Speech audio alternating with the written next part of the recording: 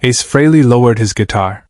He looked into the silence of the studio and said, "I want just one note." No one in that room understood what it meant. Studio B, Electric Lady Studios, New York City, March 1978. The room was small. Dimmed lights. Wood paneling absorbing sound. 3 microphones positioned around a vintage Marshall amplifier. Cables snaking across the floor. The smell of old carpet and cigarette smoke that no amount of cleaning ever removed. 7 people in the room. A producer. An engineer. 2 session musicians who'd been hired as insurance. A label executive who shouldn't have been there but was. A junior engineer taking notes. And Ace Frehley, sitting on a stool with a 1959 Gibson Les Paul resting against his thigh. They'd been in that room for 3 hours. Waiting. The producer, his name was Martin Kellerman, a man who'd worked with Hendrix once and never let anyone forget it, had his arms crossed. His jaw was tight. He'd been checking his watch every 4 minutes for the past hour. "Ace," Martin said, not for the first time. "We're burning money. Clock's running. We need to get this solo tracked." Ace didn't look up. He was adjusting something on his guitar. Some small thing. A tuning peg maybe. Or just touching it the way a person touches something familiar when they need a moment to think. "The arrangement is already written," Martin continued. 16 bars. Key of E minor. Starts with a bend on the 12th fret, runs up to the 17th, comes back down with a pull-off pattern. It's all charted out. You've seen the sheet music. You just need to play it. Ace kept his eyes on the guitar. One of the session musicians, Danny something, his name wasn't important and Ace hadn't bothered to remember it, shifted his weight. He'd been standing near the wall for 40 minutes, holding his bass, waiting to see if they'd need him. "Look," Danny said, trying to sound helpful. "If it's a question of the notation, I can walk you through it. It's not complicated. Standard pentatonic, just dressed up a little." The room went quiet in a way that made the junior engineer stop writing. Ace looked up. Not at Danny. At the amplifier. At the microphones arranged around it like supplicants at an altar. At the cables. At the space between the speaker and the wall. He stood. Picked up his guitar. Walked to the amplifier. Crouched down and turned 2 knobs. Gain down. Tone up. Then he unplugged every effects pedal, the chorus, the delay, the reverb, all the things that made electric guitar sound like the 70s, and plugged straight into the amp. Clean signal. No protection. No decoration. Just guitar and amplifier and air. He stood up, adjusted the guitar strap across his shoulder, and looked at Martin Kellerman. "One note," Ace said. His voice was quiet. Even. Not defensive. Not aggressive. Just informing. "I want to play 1 note. Then we'll talk." Martin's face showed confusion, then irritation. "Ace, we don't have time for 1 note." Ace didn't defend himself. He never did. The label executive, a man named Richard who wore expensive suits and talked about market positioning, stepped forward. "Look, we're paying studio rate. $300 an hour. You want to play 1 note on our dime?" Ace didn't answer. He was positioning his fingers on the guitar neck. Not in the starting position of the written solo. Not on the 12th fret like Martin's arrangement specified. On the 7th fret of the G string. 1 finger. 1 note. The most basic position a guitarist could hold. "This is insulting," Danny said loud enough that everyone heard. "We're professionals. We're here to track a solo. Not watch you prove some point about. Let him play." Everyone turned. The engineer. Bobby, an older man who'd been quietly adjusting microphone positions throughout this entire exchange, had spoken for the first time. "Let him play the note," Bobby repeated. "Then you'll understand." Martin looked like he wanted to argue. But something in Bobby's tone, some certainty that came from 3 decades of recording actual musicians instead of egos, made him stop. Fine, Martin said. One note. Then we track the actual solo. Ace positioned his pick. Looked at the amplifier. Took a breath that no one saw but everyone somehow felt. And played. One note. A single, sustained tone from the 7th fret of the G string. D natural. Middle register. Nothing remarkable on paper. Nothing that would make a chart or impress a music theory professor or prove technical mastery. But the way Ace played it. The initial attack was clean but not harsh.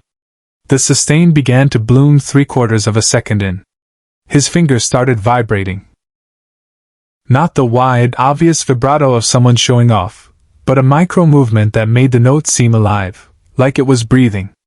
4 seconds in, the harmonic overtones started appearing. The natural resonance of the wood, the strings, the amplifier tubes warming into their sweet spot, all combining into something that wasn't just sound but presence. The room changed. Danny's mouth opened slightly. Martin's arms uncrossed. Richard forgot about studio rates. The junior engineer's pen hovered over his notebook, forgotten. Bobby closed his eyes. He'd heard this before. Not from Ace Frehley, but from the musicians who understood that technique was just the price of admission. The real thing, the thing that made people remember, was something else. Ace held the note for 14 seconds. Then he let it fade naturally, didn't kill it, just let the sustain decay until it disappeared into the ambient noise of the room. Silence. Not the awkward silence from before. Something different. The silence that comes when people realize they've witnessed something they don't have words for. Ace lowered the guitar. Looked at Martin. Your arrangement wants 16 bars, Ace said quietly. Scales and patterns and shapes. It's technically correct. It probably sounds fine on paper. But that note, the one I just played, has more music in it than your entire chart. Martin opened his mouth. Closed it. Opened it again. I don't. What are you saying? I'm saying. Ace continued, his voice still even, still quiet. That you don't need me to play your solo. Danny can play it. He's a good musician. He'll nail every note on your sheet music. But if you want me to play, if you want what I do, then we don't follow the chart. We find the right notes. Not the written notes. The right ones? Subscribe and leave a comment, because some moments only make sense when we remember them together. To understand what happened in that room, you need to understand what happened 3 weeks earlier. Ace Frehley was the lead guitarist for Kiss. By 1978, the band was massive. Arena tours. Merchandise empire. 4 solo albums in production simultaneously. The makeup, the costumes, the pyrotechnics, Kiss was a phenomenon. And Ace Frehley was the space ace.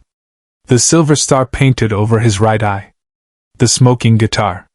The robot movements on stage. He was a character. A persona. A product. That's what people saw. That's what they thought they knew. But the people who actually worked with Ace, the session musicians, the studio engineers, the guitar techs, they knew something else. Behind the makeup and the showmanship was a guitarist who understood something fundamental that most virtuosos never learned. The space between notes mattered more than the notes themselves. Ace didn't talk about music theory. He didn't talk about technique. He barely talked at all. He just played. And when he played, rooms changed. The problem was that by 1978, Kiss was too big for rooms to change. The stadiums were too loud. The production was too massive. The business machine had grown beyond music and become about spectacle.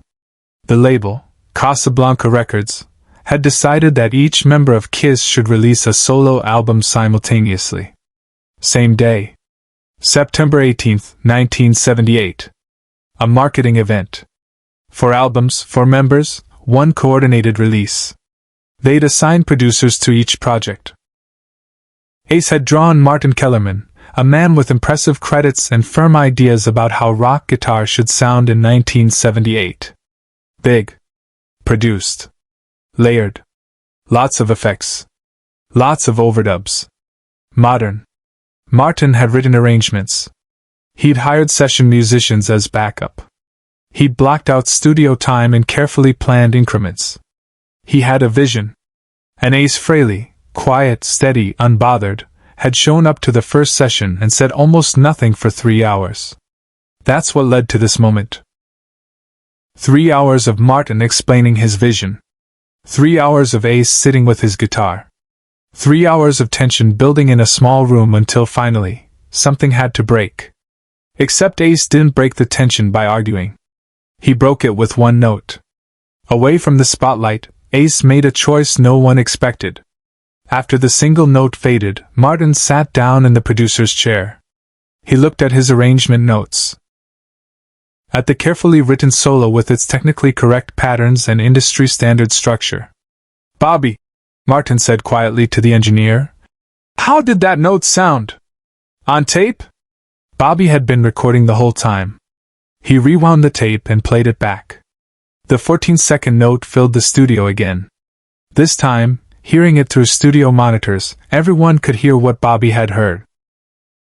The layers of overtones, the way the sustain created its own melody, the emotion contained in a single, unwavering tone. Martin listened to the entire playback. Then he listened to it again. "How do you do that?" Martin asked. Not confrontational anymore. Genuinely curious. Ace shrugged. "You stop trying to prove you can play. You start listening to what the note wants to be. The note wants to be something? Every note does. But you have to get quiet enough to hear it. That's not about skill. That's about..." Ace paused, looking for words he almost never used. "It's about respect. For the instrument. For the amplifier. For the room. You play too many notes, you're not respecting the silence that holds them." Danny, the session bassist who'd been so quick to offer help earlier, leaned against the wall. "I've been playing for 15 years. He said. "I've never heard anyone talk about music like that. I don't usually talk about it," Ace said. "It doesn't work in words." Richard, the label executive, had been quiet through all of this. Now he spoke up. "Ace, let me ask you something. Honestly. No judgment. Do you actually read music? Like, can you read Martin's chart?" The room tensed again. The question sounded innocent, but everyone knew it wasn't. It was the question that had been hovering in the background of this entire session. Was Ace Frehley actually skilled, or was he just a showman with good instincts? Ace looked at Richard. Then at Martin's meticulously notated arrangement, sitting on the music stand. "I can read it," Ace said. "I just don't want to." "Why not?" "Because whoever wrote that, no offense, Martin, was thinking about structure and theory and what a guitar solo is supposed to sound like in 1978. They weren't listening to the song. They weren't listening to what this particular moment needs." Martin picked up the chart. "I listened to the track 50 times before I wrote this." "You listened to what you thought the track should be," Ace countered, still quiet, still even. "Not what it actually is. And you know what it actually is?" "Not yet. But I'll find it. That's the job." What followed silenced everyone in the room. Ace walked back to his stool. Sat down with the guitar. Asked Bobby to play the track, the song he was supposed to solo over. Bobby hit play. The backing track filled the studio. Drums, bass, rhythm guitar. A 16-bar space left open for the solo. Ace closed his eyes. Listened. Didn't play. Just listened. When the track ended, he opened his eyes. "Okay," he said. "I know what it needs." He played the solo once. No chart. No effects. Just the guitar plugged straight into the amplifier. He played half the notes Martin had written, in different places, with different timing. He left space. Long space. Notes that breathed and bent and faded into silence before the next one arrived. When he finished, no one spoke. Martin reached over and rewound the tape. Played it back. Listened to the whole thing. "That's it," Martin said quietly. "That's the solo. Ace stood up, unplugged his guitar, started putting it in its case. "Where are you going?" Richard asked. "Don't you want to do another take? Punch and some fixes?" "No," Ace said. "It's done." Share and subscribe. Some stories deserve to be remembered. The track became the lead single from Ace's solo album. The guitar solo, spare, emotional, unhurried, became one of the most studied and analyzed of the era.